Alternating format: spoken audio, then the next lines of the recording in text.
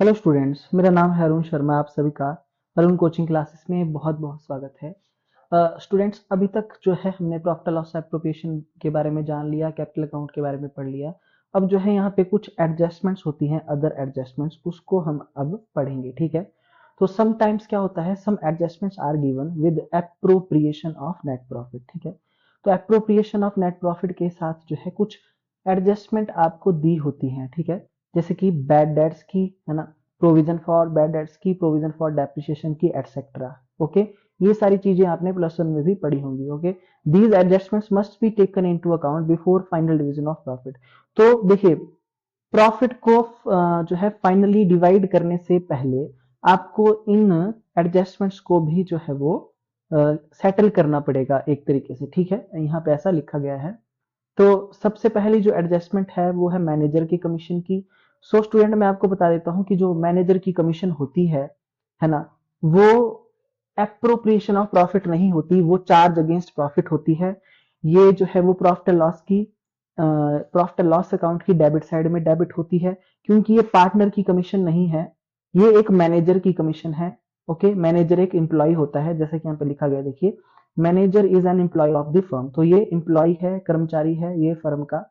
So the amount due to him, जो इसको amount हम देंगे कमीशन और सैलरी, है ना, द फर्म अर्न्स प्रॉफिट और इनकर्स लॉस। देखिए, चाहे फर्म को प्रॉफिट हो या फर्म को लॉस हो, हमको इसको पे करना पड़ेगा, कमीशन भी और सैलरी भी पे करनी पड़ेगी।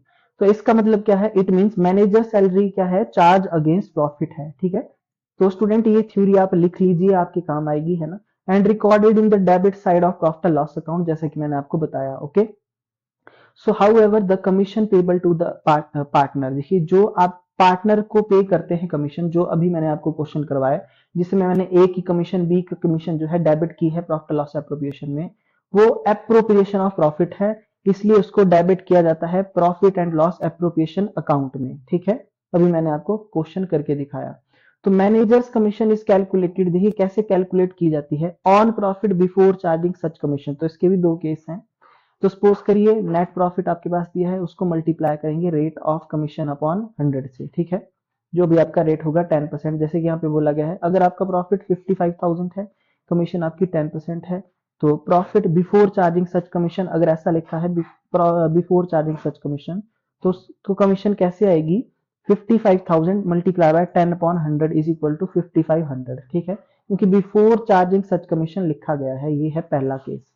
दूसरा, इन केस अगर आपके पास यहाँ पे ऑन प्रॉफिट आफ्टर चार्जिंग लिखा है, आफ्टर चार्जिंग सच कमीशन, तो net profit multiply by rate upon 100 plus rate आप लिख देंगे, यानी कि 55,000 का अगर आपके पास प्रॉफिट है तो उसका 10 अपॉन 110 हो जाएगा, यानी कि 5,000 की कमीशन आ जाएगी। तो इतना फर्क पड़ता है आफ्टर चार्जिंग और बिफोर चार्जिंग का। ओके। तो स्टूडेंट, इसकी थ्योरी को भी लिख लो, और ये जो यहाँ पे बातें लिखी गई हैं इनको भी आप जो है ढंग से नोट डाउन कर लीजिए। ठीक है।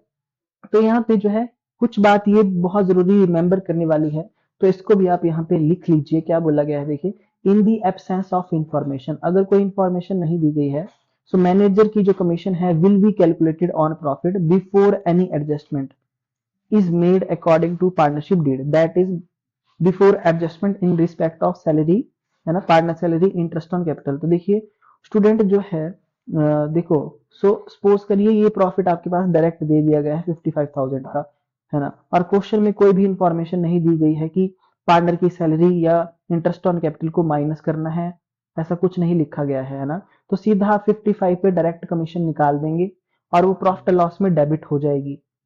ओके। अगर और दूसरा केस क्या है, मैनेजर्स कमीशन जो है वो चार्ज अगेंस्ट जो है प्रॉफिट होती है ना, वो एप्रोप्रिएशन ऑफ प्रॉफिट नहीं होती, इसलिए इसको प्रॉफिट एंड लॉस अकाउंट में डेबिट किया जाता है, ना कि प्रॉफिट एंड लॉस अकाउंट में डेबिट किया जाता है ना। ये लिखा गया है, देखिए यहाँ पे, इसको कहाँ डेबिट किया जाएगा, प्रॉफिट एंड लॉस अकाउंट में। ओके। यहाँ से आप थ्योरी लिख लेना। तो स्टूडेंट, ये रिमेंबर करने वाला, मतलब ये इंपॉर्टेंट पॉइंट है ये सारी थ्योरी। ओके। उसको profit and loss appropriation account में नहीं डेबिट करते, उसको प्रॉफिट एंड लॉस अकाउंट में डेबिट करते हैं। तो ये पूरा का पूरा पैराग्राफ आप लिखेंगे, ये फॉर्मूलाज भी, ये एग्जाम्पल भी, है ना, और ये थ्योरी भी आपको लिखनी पड़ेगी। ठीक है। ओके। तो मैं इसको यहाँ से रब कर रहा हूँ, है ना। सो आप इसको लिख लीजिए, है ना। वीडियो को पॉज करेंगे आराम से और साथ में जो है आप लिख सकते हैं, ठीक है। तो देखिए ये आप लिख लेना।